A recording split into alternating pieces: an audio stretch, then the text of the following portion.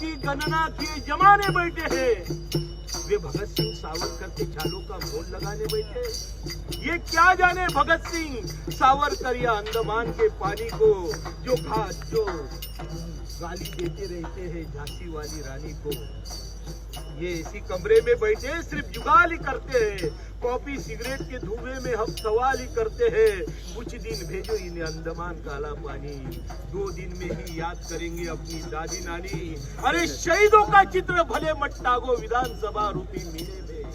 धर्मवीर छत्रपति संभाजी महाराज का चित्र टका है हर देशभक्त के सीने में।